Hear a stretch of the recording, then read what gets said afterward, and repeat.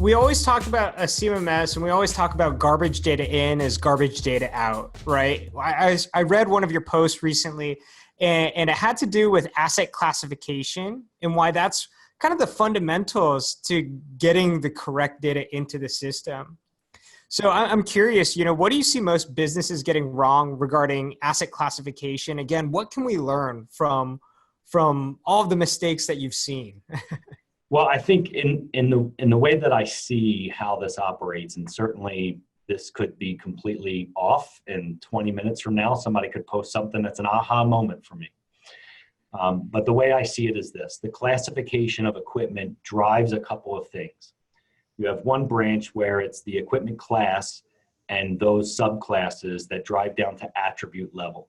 And so if we think about pumps and motors, and we get down to motors and the classification attributes of a motor, it's horsepower, frame size, service factor, RPM, all those things, right?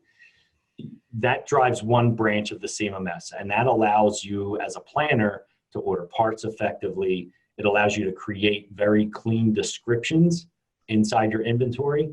It's a motor, comma, AC, comma, 1780 RPM, comma, and that's all the same, right? And no longer will you just have something that says bearing 8,000 times in your inventory. And so you have a classification list there.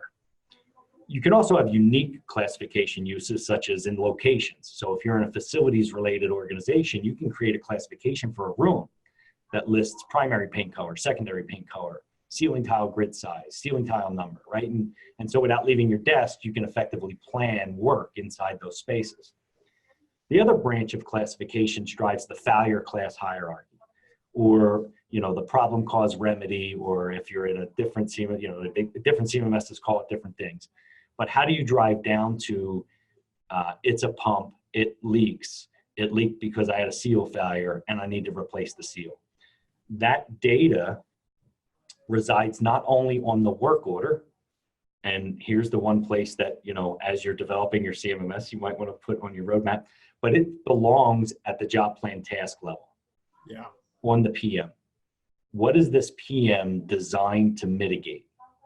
And so if I inspect, in this case, I use the seal, which is a terrible example. You're not going to open a seal and inspect it. But let's say you have a job plan task that says inspect seal. It should be associated with that failure mode. Mm-hmm. The reason you do that is I can then look in the CMMS and say, show me all the times I've seen this failure code, but I don't have a task to address it. Yeah. What are the things that I see the most, yet I don't have tasks in my PM strategy to address those? And vice versa. Show me how many times I'm inspecting for a leak at a pump and I never find a leak. What am I looking for a leak for? People go in the room, they'll find a leak when it's leaking. If you're 5S and things are clean and things are in order, then when you walk through a room and see a leak, it's blatantly obvious there's a problem. You shouldn't need that task. But the data should be telling you that. The only way to do that, in my opinion, correctly, is have a clean classification system for both the attributes and the failure hierarchy. Yeah. Again, I think what it all comes down to is being able to pull reports on your data. We have a CMMS so that ultimately we can look back on it and make better business level decisions. Exactly. When you don't have that kind of classification, it's impossible to run reports and look back and say, this is what the root cause was. I read another one of your articles, George, about long-form text and why that could be the death of a CMMS, right? And I think my gut, it sounds like it's the same reasoning and logic, right? You have long-form text. There's no way to filter on it. There's no way to classify. There's no way to run reports on long-form text. Yeah, I think, people misuse those memo fields that exist inside. They don't truly understand, number one, that most CMMS systems dump that all into one table. And so if you're not very astute at writing an SQL query, you're not getting to it. And the other piece of that is it's too easy to misspell things, to not put a way to, articulate information that you can then pull out of the system. And so that's why fields exist. That's why data, if long form text was successful, we would only have Word documents. It would never be a database. There's a Yeah. database for a reason, right? There's a reason you have fields. There's a reason you have tables that interrelate to one another. There's a reason you have field types. It's because writing a memo doesn't work.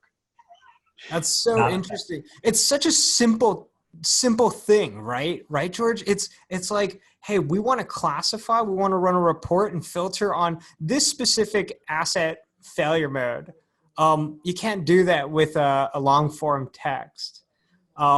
Very, very interesting. Something that I think all of us can just look back into our CMMS and just ask ourselves, is this a place where we should be using a field for it? Or does this actually warrant a long form field text? Yeah, I think there's two big pieces here. One is you have to collect data. So if you have no option, put it in a long form text. Fair. You can always choose not to use data you've collected. You can never choose to use data you didn't collect. So collect what you can. But you're right. The second piece of that is it's got to be retrievable. And if it's something you are consistently putting in a long form text, it probably deserves a field.